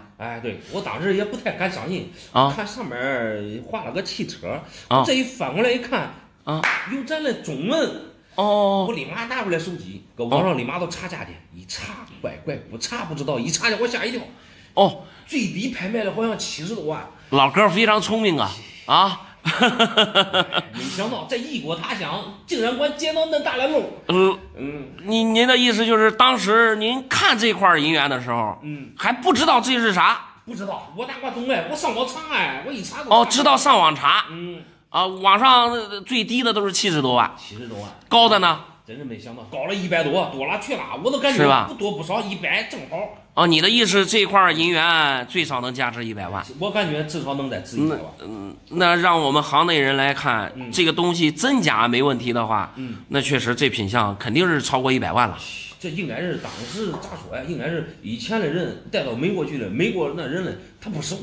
不识货，美国人不识货。美国那边他那信号跟咱这不一样，咱这对吧？咱这5G 了，他那边还是2G 嘞。你想查个东西得查半天按老哥的意思，就是美国那边比较落后，信息不发达，信息不对称，严重滞后。老哥，咱先说一下这块银元我刚才上手一看拎起来重量，我感觉肯定是银的，这一点没问题。用金属检测仪已经检测过了。100%是银的测过了是银的。我都为了保险起见，专门又花钱弄。哦，老哥还是非常心细的。但是老哥，有啥说啥的。检测你只能检测它的是不是银，是不含银量多少，是吧？对，它的辛劳你检测不出来啊。那这个咱也不懂。我老哥，我不是打击您的积极性，首先给您讲一下，就这块银盐，我光看包浆，肯定就不对了。您知道为什么吗？啥意思？如果说是以前的酱菜老包浆，它那种包浆，如果说是放到现在，肯定是油光发亮，这个亮度不够，就说明产生这种颜色的包浆时间不够长，没有经过岁月的洗礼。那可能美国那边天气比较干燥。这个咱还不知道，我还不知道那边的天气跟咱们的天气有啥区别。可能有区别。这是包浆，这个壁面的压力看起来挺足，但是老哥，您再仔细看一下边齿，整个转一圈下来，整齐划一，没有一点点的变化，这就非常严重了。那你看仔细呗，就从边齿上这一点来断定，这肯定是假的。不过您花的钱不多，您刚才听您说是等于说花了100美刀，花700多块钱，是吧？这不多。啥意思？假的？假的。那值多少钱？你说？值多少钱？这银的真银假币，你要在咱们国内买的话，我估计200-300块钱。你在国外，特别是美国那边，你别说了，来给我。我看你不识货，你不识货，没实力都没实力了。你看我搁这说真假，你搁我面前说真假，我跟你说，你英文都估计你都听不懂。那有可能，有可能。美国你都去不了。你行，老哥，您找高手给您看看。大爷，这么着急联系我，这咱也见上面了，把东西拿出来看看吧。那边看看，从几天给你联系的。这2天我看一直给我打电话，其他人我不放心。其他人不放心。咱这个东西是咋回事？是老人留下来的？不是。这是上半年在云南收的。上半年在云南收的？跑那么远收东西？不是嘞，我搁那收破烂。你一直在云南那边收破烂？收破烂有一大的衣裳还卖给我了，花要10块钱。有说这个衣裳兜里有，咱们要这块包装。这是啥呀？你还别说，大爷，就我看这块布，我估计还真是云南那边少数民族的呀。咱们这边哪有这种布啊？这是啥呀？这里面有东西是吧？宝贝。哎呀，我看看。哎呦，这是啥呀？银锭子吧？银宝这是。银元宝。刚才听您说是收旧衣服。就搁旧衣服里头收出来的，等于说您花10块钱买的旧衣服里面，对，在兜子里面。是的。哎呀，那谁家这把这个银元宝放在破衣服里面，最后当破烂卖了，这有点那个啥。他现在可能忘了这现在或者是忘了这衣服不要了我弄了以后我整天到兜也不敢露出来。自从收了之后，就害怕别人给你偷走了。害怕人偷走了，害怕人我弄走了。那是，然后一直装在身上。头开始我想着当时回来一弄的家那个事儿特别忙，那收破烂那也事务多。也是等几个月。你这啥时候收的？半年前。半年前。你的意思就是夏天？夏天对。那是夏天。一直想回来找我鉴宝，看这东西到底值多少钱。是的。因为这东西你估计天天也是饭也不香了。我也不知道顶多钱了，我是天天。反正知道这是好东西。你也别说大爷，您这是可是捡到大漏了啊！搁电视里面见到过。给您说一下啊，这是您刚才说是银元宝，也对。那很多人都说这个银元宝嘛，在我们行内这叫银锭。银锭，这种银锭，你还别说，云南那边还挺多。为啥呢？云南以前它产银的大省，他们那边有山，有银矿，并且你像这种银锭，这属于清代的，像这种锭形一般就是清代的，然后这个属于民间的小银锭，像这种那么大个的，我估计3两重的小银锭，那是吧？你称过？我没有称过，反正重量我一拖都知道成年。那是，那您是收破烂的，您也是行家，大概一拖多重，您能拖得出来？啊，那一捆子一小捆只有我一半都知道都。哎，那您这是业务比较熟练。在云南那边一直收破烂。我一直搁那收破烂，收了快有20多年了。20多年了啊。哦，大爷。这其他的咱不说了，我就给您估一下价格，好吧？反正您这是确实是捡漏了。像这种银锭呢，属于在清代的时候民间铸造的银锭。你看这上面没有落款，你要是官锭的话，它上面有字，比如说哪个地方铸造的呀，还有是哪个工匠铸造的，什么时间铸造的都有。但是这个因为民间铸造的，它没有字儿。这就素锭，素银锭，价值呢肯定比现在的银子价钱要高，但是像这种高也高不到哪儿去，一克吧，我估计差不多得20块钱左右。不过你这总共是5个是吧？这5个也不轻啊，我估计得1、2斤啊，有没有？那你这1、2斤的话，那也不少值钱啊，我估计值个。这个1、2万块钱肯定是没啥问题。咦，那我顶1、2万吗？那肯定呀，你想一下，这还是素银锭。那你如果说是真收出来那种50两的、10两的那种官锭，那价格更高。我就喜欢你这样人实在啊。说实话了吧，我叫你看过，你也只给我了1000块钱，我明白。你的意思就这么多？人家给你1000块钱。你在哪儿？在云南那边？我在云南那边。啊，那你幸亏没卖给他。我都不卖。哎，这比1000块钱就有点瞎扯了。我跟你这样说吧，就这一个3两的，我估计得个100多克，100多克，像这都好几千块钱呢，是不是？你这1000块钱肯定不行。那时间说实话，我差点卖，我那时间手头紧，都我一想到你了，我不卖了。我都等到家，你给我1000块钱，我要卖给你。哎，不，实在。谢谢大爷，谢谢大爷的信任。那等一会儿给您称一下。给我称一下，称一下，好像过年用。那行，你也别说大爷，你这收破烂花10块钱，你弄过来几个大银锭，你看，这是捡到宝贝了。是的。老板，你赶紧给我看看吧。啊，我这3000块钱呀，买一个大金锭，还是唐代的，这我捡大漏了，你赶紧给我看看吧。3000块钱。买的大金锭，这要是真的，那肯定是要发大财啊！这我捡大漏了，你赶紧给我看看吧，值多少钱这？你先别着急，你在哪儿能3000块钱能买到大金锭啊？俺一块钓鱼的人啊，他搁那鱼划沟里了，他搁那边个捡鱼，把他的鱼雷家扒出来了。哦，在河沟里面扒出来的金锭。好些人搁那围着看，我毫不犹豫的花3000块钱，我都给他拿下了。哦。你的意思也不是你扒出来的，旁边人扒出来的，然后3000块钱卖给你了。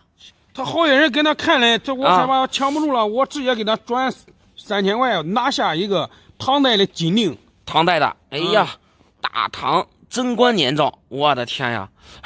这我不是捡大漏了吗？这位？那是，这金锭我拎拎啊，这么大一块。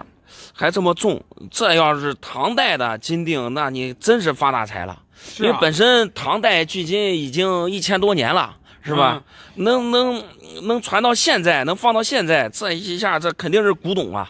这给他河沟里拉出来了，这一般人他根本都发现不了。这在河沟里面捡到，机会弄出来了。那是，你先别着急。那今天你让我过来，这是准备要出手了吧？是出手了，你看你给我。差不多，我都给你了，咱俩一块赚。你说的差不多，你这到底想卖多少钱呀？总得有个价格呀。你这不给个1800万了，你得给个500万吗？这唐代的呀。你的意思就这个金锭，你想卖500万？这要是唐代的，说实话，你这500万真不高呀！啊，这看着可不咋对呀。啥意思啊？啥意思啊？我感觉像假的，这不可能是假的，要假的我一口我都要吃牢了。就那么肯定这是真的？我当时俺俩都挨着嘞，我看见他那鱼划掉了，他搁那把他的鱼嘞扒出来嘞啊！我亲眼看着他扒出来嘞，亲眼看着人家捞上来的。他好些人给那围观嘞，我害怕被人抢走了，我直接我都给他不是老哥，您想一下啊，如果就你那个钓友是吧？他在河里捡到一个金锭，你想一下，他不知道这是黄金吗？即便不是老黄金，就是现代的黄金，就这么大一块，你觉得3000块钱他会不会卖给你？他肯定他不懂，他不知道这啥东西啊。我知道这是黄金所以我给他买下了，要不然我咋管捡着漏了哎，老板？哎呀，捡大漏了。必须捡个漏这个。下面我给您讲一下啊，如果这是金锭，就这么大一块，还这么厚，重量要比这个要重很多，因为黄金的密度比较重。另外最主要的，因为这上面的落款，看一下大唐贞观年造是吧？唐代的时候字体没有这样的，并且这个字体明显的是电脑字体。你说唐代的时候有电脑吗？不可能有。所以这从落款上来看，从这个重量上来看，这都不对，这肯定是假的。你想这500万是肯定不行了。你这是啥时候买的？就今儿下午买的。今天买的。我刚才我一拿到，我都感觉这是好东西，我感觉捡漏，我给你打电话了。老哥，这样，我建议你拿着这个金锭，看能不能还找到那个钓友了。还把这个东西退给他，3000块钱。能退回来，退不回来，这回你真是打水漂了。你跟那个钓友认识不认识？你不太熟啊。不太熟。那你不太熟，赶快抓紧时间去找他吧。这肯定是假的啊，这铁100%是假的。你别说值500万了，我估计啊，就这大一块，我觉得应该是个铜。就这我估计啊，连50块钱也不一定能值，能明白吧？那你的意思，我要叫人家忽悠了呗？那肯定是忽悠住了。假的，假的，咱去找他。对，去找他，对。老板，谢谢你。没事。你好，想弄点啥？叔叔你好，我有一件东西，想让你看看它值多少钱。想让我看看值多少钱？拿出来我看看呢。哎呀，还是一块银元啊！小伙子，你坐那儿。北洋龙。PCGS 评级 XF97， 虽然没给分，状态非常不错。暴龙鳞，高额头，还是一个长尾短云。这个龙爪的上面这一朵云啊，只有一点。如果是长云的话，会有一横。状态不错，这边的质口也比较清晰，流通痕迹啊非常舒服。就是这个上面稍微有一点包浆，可能就是因为这几个点点的这包浆没有给分。你这东西从哪儿来的呀？我今年夏天过生日时候啊，俺爷给我的。过生日的时候爷爷给的？对。啊，那不错。那爷啊，从我12岁生日开始啊，俺爷每年都给我一块银元。从12岁开始，每年过生日的时候，爷爷都送银元。对。哎呦，看来你爷爷还是一个收藏家呀。应该是嘞，俺爷爷家里的好些。家里面放了好多银元。对。不错。这个价值是吧？你刚才要问我，啊？北洋龙长尾短云 PC 评级，虽然没给分，状态非常好。这个我估计啊，能值个5、6千块钱。能值5、6千，那多呀？那是，那这状态好，还带点板别，还是 PC 评级的，那价格肯定不低。我要卖给你，你看你收不收？卖给我？对。我看着你，小伙子今年多大了？16。16岁。16岁，刚才你也说了，你爷爷给你的生日礼物，这是碰到啥事儿了呀？需要用钱？我之前那个手机啊，放到现在性能不好，一直卡，玩游戏不流畅。我想换个手机。因为玩游戏不太舒服了，想要换个新手机。你的意思就是把这块银元卖了，买新手机呗？是的。哎呦，这有点不好吧？你爷爷送给你银元的时候没有说啥吗？说了。啊？说把这个当传家宝。对呀。传下去。对呀，那你今天就为了因为玩游戏手机不得劲儿了，就要把这个卖了，是不是有点可惜了呀？他放家里边没用。没用。对啊。那现在没用，那说不定以后有用呢，是吧？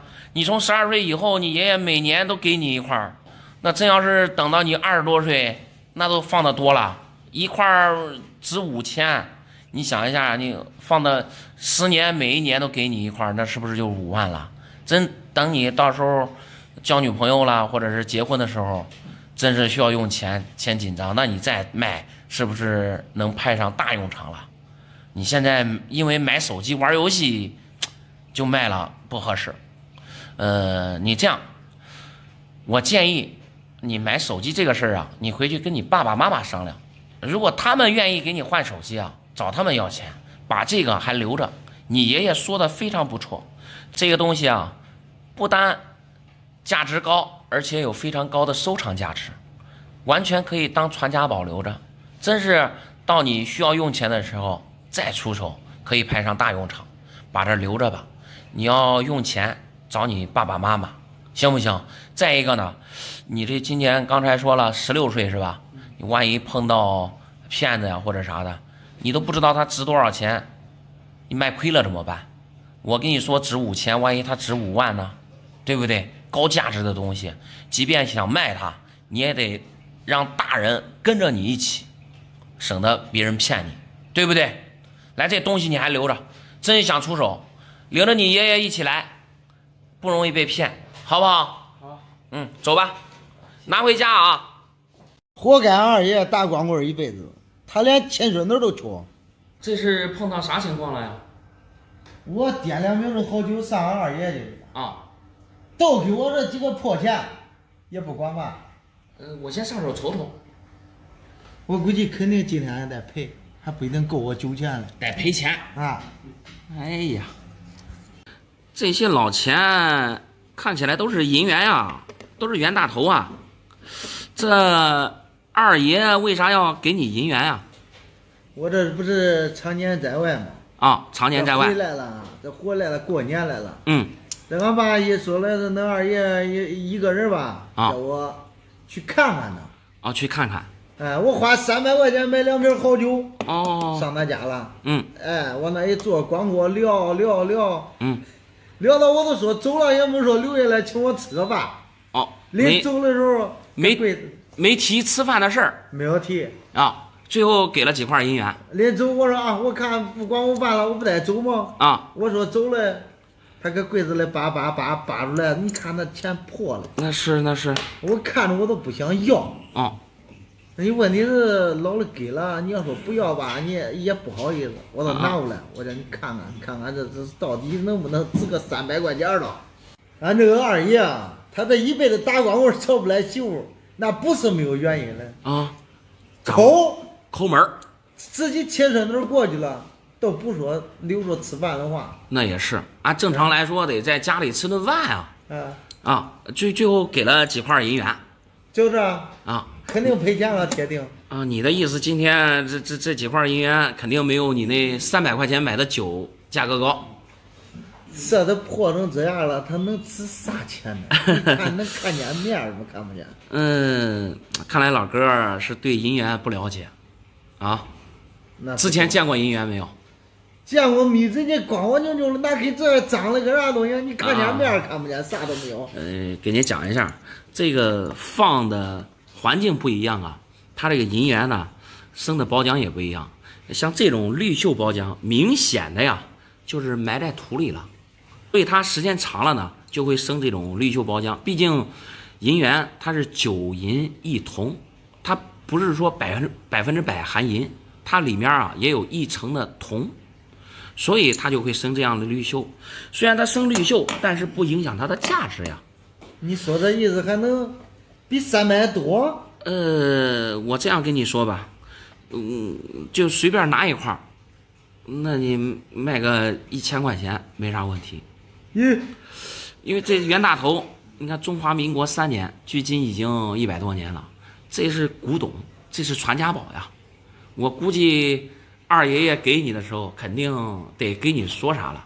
他说的是这个也放了几十年了他这个所以说也是几个孙子里边吧，也都是我经常去看看完了以后经常买点东西去看他。啊，他说我最好呗，然后叫这个东西，说意思给我了。哦，对，他自己也没结婚。嗯，那是，啊，等于说跟你最亲近。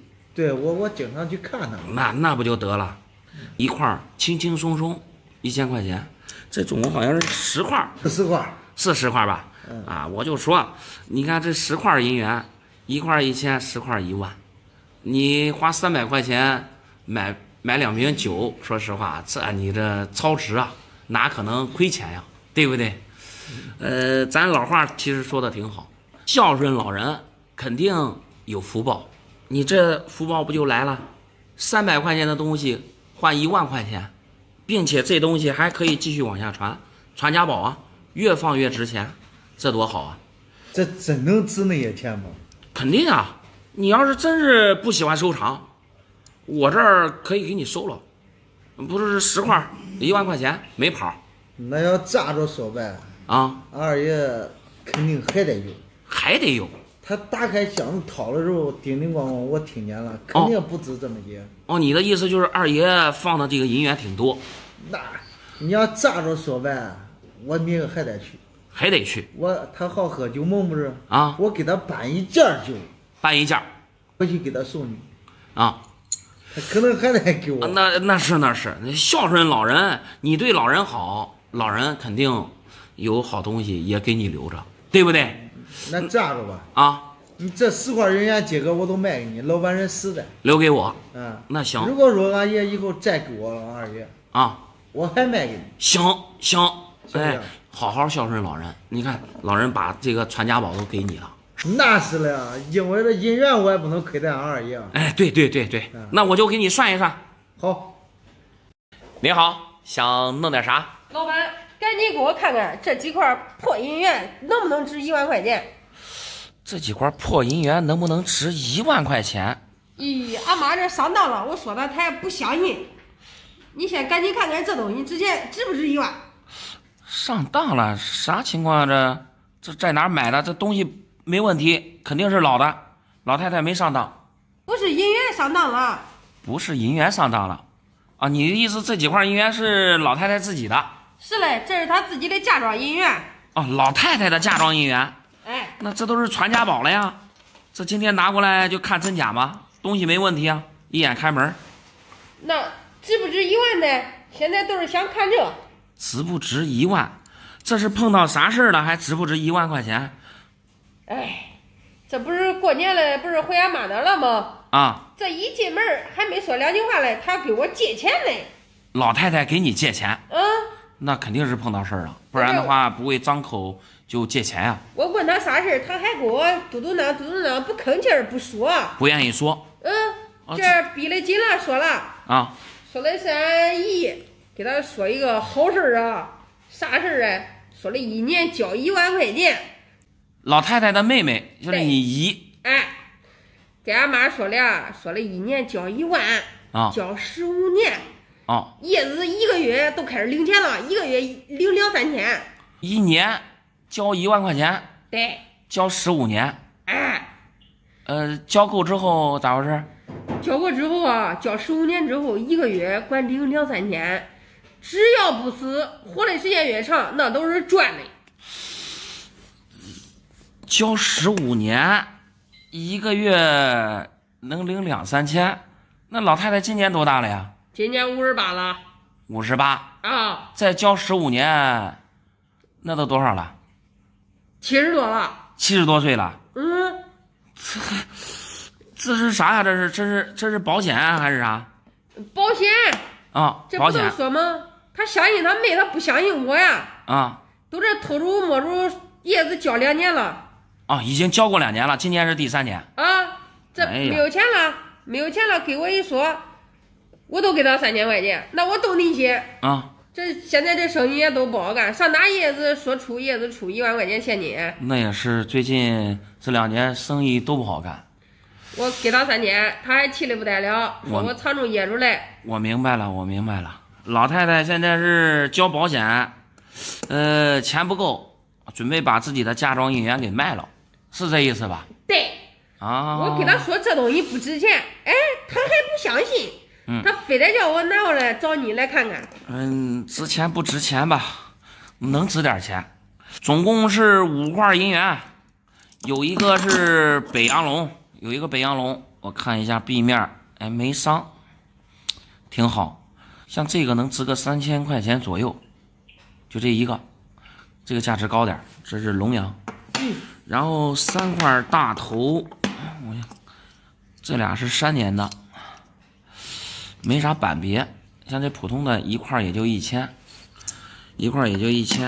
然后这个是9年的，发丝还挺细，背面开盲了，酒精3倍，能多个100-200，比普通的贵个100-200。这小头也就600-700块钱，总的来说确实能值个6-7千块钱，但是这你要是拿着自己的嫁妆银元，你先想一下，老太太今年都58岁了，这都在家里放了几十年了，这可是传家宝呀，把传家宝卖了去交保险，这有点不合适吧？那你迷上了，他信他妹信得很啊，也不知道咋住了，非得再交钱。哎呀，那确定要出手了？出不出咋弄啊？给家急得不得了啊！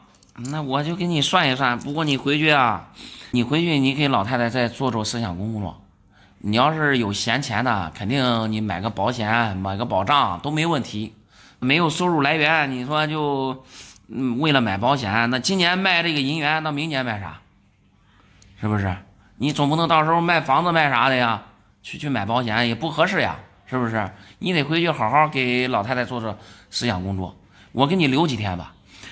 你能做通这个思想工作，到时候还能把钱给我，这银元还是你的，我给你留3天，行不行？行，好，谢谢你。没事，那我就给你算一算。好啊。碰见这样老丈人啊，真是倒了8辈子霉了，还抠，还看不起我。这回门啊，给我一块破银元。老丈人给一块银元，我觉得也不错吧。这样，我先上手看一看。不错啥，这摆明了看不起我。俺那回门说给1万块钱，给我个破银元打发我。啊，还是一个 PCGS 评级的大清轩3，PC 给的是 XF97，97啊，说明壁面有包浆。你看这黑黑的就是包浆。你还别说，龙尾出云了，是一个深板龙，整个这个龙鳞还算不错，状态挺好。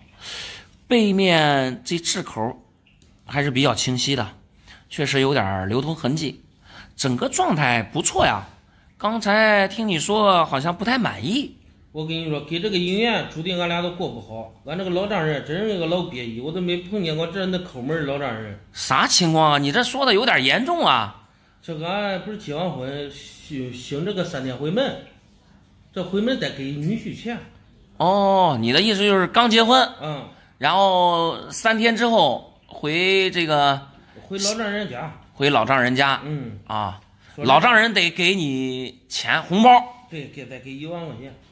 哦，确实，这1万块钱搁谁个家庭谁都拿得出来，对不对？那是咱们这儿有这个规矩啊，有这个规矩啊。啊，就碰见俺老丈人，他不懂这个规矩啊。你说他不懂吧？他也知道，他故意的，他都故意气我的。你的意思老丈人看不起你？对，没给你红包，对，然后拿了这块银元来羞辱你。对，这买的赤裸裸的羞辱我。这个东西小时候我经常卖，根本都不值钱，这玩意儿。你的意思家里面放的也有这种银元？对，这东西俺小时候换糖都换了，谁要这东西？拿一块银元换几个糖？那时候不懂，换个3-5个都给他了。3个糖5个糖就给人家一块银元？对呀，那时候偷偷的拿嘛。那你这是败家子啊！家里现在放的还有没有？现在没有了，都被我换完了。我的天哪！你这是绝对是败家子，这是银元啊，大哥。我知道银元这100多克，这我也懂。啥100多克？银元26克多，哪来的100多克呀？现在是100多块钱，我也知道。100多块钱。对，说错了。你这是啥时候的事了？现在哪有银元100多块钱的呀？100多块钱能买着啥？就这26克多的银子，不说银元，不是老银元，就是银子，你100多块钱你也买不着呀。我都给他算2000，他不是还是看不起我吗？俺那再给1万嘞。我跟你这样说，普通的大头，我估计你应该见过。你不是以前家里多吗？对，袁大头上面袁世凯，见过，那太多了。像那个现在估计也就1000多点儿。你看，终于让我说对了，那个1000，这个2000。哎，不，这是大清宣三，龙阳3剑客之一，并且是所有龙阳里面这个龙啊刻画的最威武霸气的，外号叫大清神龙。就这壁面上没戳没伤，龙鳞还这么好。你知道这块能值多少钱吗？我都不用猜了啊！他主要都是看不起我，他给我1万块钱就行，我不要这东西，主要是我不想要。我跟你这样说，你这块银元你现在不想要了，我收，我可以给你拿1万块钱。别骗我！你都老来到我店里了，我还能骗你干啥？对不对？给我1万，我真给你，我都要1万块钱。那你要1万块钱，我等一会儿我就把这个东西留下，就这么好说话，对不对？对。但是你对你岳父是多少误会了呀？你先听我讲，你看这块银元，刚才就说了，大清宣三，晚清的，宣统年铸造的，距今已经100多年了。首先，这东西搁家里是不是都是传家宝？这东西算传家宝？不算传家宝吗？再说一个啊，银元，姻缘啊，就是好姻缘的意思呀。你岳父岳母送你这块银元，其实也算是对你们美好婚姻的一个祝福呀，对不对？不懂这东西，不单单寓意好，还可以当传家宝，价值还那么高，对不对？你这说你老丈人这不好那不好，你这是不是误会？这个价值是你说的。假如说我将这个东西你放着，你都给我1万块钱，是吧？对。你给我1万块钱之后，我回去马上跟俺老丈人道歉，我证明他给我这东西值这个钱。那可以，我随时可以收。我这问题是啥吧？因为你老丈人这是给你夫妻俩的，要不要跟你媳妇儿商量一下？不用商量啊，给我的，我回门都是给我的，都是我的东西，就是你的。确定要出了。我这个人很现实，只要钱不要这东西。那啥也不说了，啥寓意不寓意的，没啥，对我来说没啥概念。那行，那就这样说，这东西我留下。走，给你账，你给我钱。行。哎，这个东西，有的说是个铁筷子，有的说是个石头。这有的说是门道的老古董，这到底是个啥呀？都不清楚是啥。搁家晃了半年了。哦，有人说是古董。你还别说，这上面还真是有落款啊。大娘，您这东西从哪儿弄的呀？在哪弄的？啊，这说夏天呢，来回下雨，冲那个淤泥，清理那个河道的，清理河道的淤泥啊，清理出来那个淤泥，你不得往上拉吗？把这片都去拉，1天50块钱给。1天50块钱，让你们帮着去拉那个河道里面的淤泥，从淤泥里面挖出来的。填到淤泥里头，俺不得找那钱往车上能装哎。刨着了。在淤泥里面刨出来的。刨出来一扒出来，这黑不拉几的这。嘿，这我洗多少遍了才洗这个呀？你还清洗过？不然的话这啥也看不清了，肯定是。都看不见一声。看不见一声，搁那个点涨水一冲冲洗洗。我一看顶上有汁儿。有汁儿。摸着还挺沉的。那是有这么重。草根儿有一个买破烂的，收破烂的。收破烂的。叫他一看，他就10块钱，就10块钱我没有卖。收破烂的说这是啥？他说是个铁筷子，铁的。哎呦，幸亏没卖给他呀。这要是10块钱卖给他了，大娘您这可是亏大了。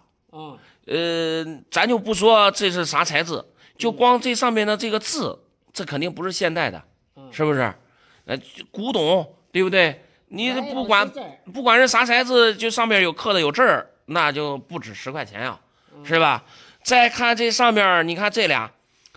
大娘，您看，可能说是不识字儿，没事，您不识字儿，我给您念一下，就这俩字儿，这是银，最后这一个字儿，银，能明白吗？再从其他的这个材质上来断定啊，这是一个银锭啊，这是一个银锭啊，就这颜色，你看这已经发白了，这应该只是在水里放的时间长了，它生的这个包浆是黑包浆。但是你看凸出来的部位已经有发白的迹象了，这就是银的。我找那个石头磨嘞。啊，对，你看这背面，这种蜂窝，这明显的这就属于宋代的银锭，这么大一个，得好几百克呀，估计得1-2斤。都说的摸着多扯慌呢啊！这到底是个啥东西？到底是个啥？不知道了。不知道是啥？这是银锭，也找不着人看。大娘，您这我跟你说，您这是捡到宝了，捡到宝了。哎，真是银的吗？哎，对，像这种东西还跟现在的银子不一样啊。你现在的银子大盘价好像也就6块钱1克吧。但是这种可厉害了。这种1克几十块。这一个估计。没有2斤，我估计也得700-800克，就这么一块，你知道能值多少钱吗？我也不知道多重，我也没值过。反正往那一搬。我跟你这样说，大姨，我给你个准信儿，就这一块，如果你现在要出手的话，我估计卖个几万块钱不难。耶，卖个几万块钱不难。真值钱了吗？那是。那你这一说可坏事了。咋回事啊？那我当时我可扒出来2个了呀。哦，你的意思从这个淤泥里面挖出来2块啊？那一块呢？那一块我也不知道是啥东西，俺给你他给我要走了。要走了，我心里想着，咦，这写的跟啥也不是值钱的东西啊。见面分一半，一人一个。啊，给他一个没有这大，比这小点。哦，比这个小一点，也是跟这个形状啊都差不多。上面也有字儿吗？哎，有字儿。那你还别说，那肯定也是银锭，那一起挖出来的，是不是？我不识字的，我下字提着是一个都不是。那是，还是繁体字儿，确实看的不是太清，但是这个银字，这看得清清楚楚啊，是不是？那你说这我还得给他要回来。给他要回来，可以。这个东西啊，你啥时候出手，你到时候联系我，行不行？或者你要回来一起出手也可以。那我叫那个给他要回来一起出手。那行，那就这样说。那你这年头里，还能来是吧？好。辛辛苦苦打工1年，1分钱没挣到，没想到这临近年关了，花几千块钱买个金条，倒让我发大财了。几千块钱能买到金条？对呀，这让人不敢相信。这样，我先上手看一看。哎，这个东西啊，我在网上查了，最少能值300万，价值300万。对，还别说，这根金条还不是现代的东西啊。对，古董金，要不然能值那么贵吗？哦，你看这上面有落款，这上面风字，这个也是风，竹刺，这边是上，这中间这个字儿看不清。如果说是现代的呀，它肯定是上面标注含金量，比如说足金3个9、4个9，对，哪个银行发行的这个金条，它上面都会有。对，这一看这是古代的。要是现代来的一个金价，我懂。你懂？对。那咱这东西从哪来的？刚才就说了，花几千块钱买来，别提了，这人想发财啊，挡都挡不住。你说我去广东那边打螺丝，辛辛苦苦。广东挣钱，广东花，1分钱也没带回咱家。去逛一趟古玩街，行大运了。逛一趟古玩街，你的意思这东西在古玩街买回来的？对，一个老头给自己田地里面挖出来了啊，然后拿出来卖了，因为他没地方去啊，大家都去古玩街啊。你的意思在古玩街碰到老头？对，老头说在地里挖出来的。是的，种地挖出来的。对，自家田地。田地挖出来这一块金条，它几千块钱？几千啊？3000。对，3000块钱就卖给你了。老头不懂，种一辈子地，他懂啥是金的，不啥是金的啊？不是，老头再不懂，他也这么大年纪了，没吃过猪肉，没见过猪跑吗？这一看这是金条呀。人家说外行话啊，谁都懂价值砸钱漏啊，他肯定就不懂嘞。当时就人家老头就给你要3000块钱，不是，他要1万。要1万。我跟他说，老先生啊，你别唬人，你这东西啊，最多2000块钱，就搞来搞去3000块钱拿下。3000块钱给他买回来了。对。那刚才听你说，这东西最少值300万。对。这个价值你是从哪儿测算出来的？我这一到手啊，我都知道我捡大漏了啊。当时我都按斤价，我也不亏。那是。但是我看这东西明显不像现在的东西，而且就是挖出来的，肯定是古董啊。现在互联网多发达。你还别说，你很聪明啊。查资料啊。到网上查资料了。我这都查了，一般像我这么好的，保守估计得300万。300万。对。那你今天来到我店里，意思这300万要卖给我？最低价。最低价。你得给高一点。那行。老弟，咱先不谈300万不300万了。先给你讲一下，就这根金条，我这一上手我就知道假的。你那3000块钱买的是吧？对。你这3000块钱啊，肯定是打水漂了。不可能，他就是现在的金，我也打不了水漂。现在的金才值几十万。那对，即便是现在的黄金，那确实那不少值钱。这么大个的，我估计啊，最起码得是20两的标准。我称了啊，好像是100多克。100多克，那重量就不对啊。咱们先说一下，黄金密度19.3，比普通的金属都重很多。如果这是真的，放在手上砸手的感觉呀，特别重啊。这现在轻飘飘的，一看这肯定就是铜，外表镀了黄金。那黄澄澄的不是黄金，那是啥？不是黄金，我现在给你表演知道的。哎呀，老弟，你先别着急。重量不对，就说明这个材质不对，这不是金的。如果是金的，比这重。看，重点来了，看这里，有点掉漆。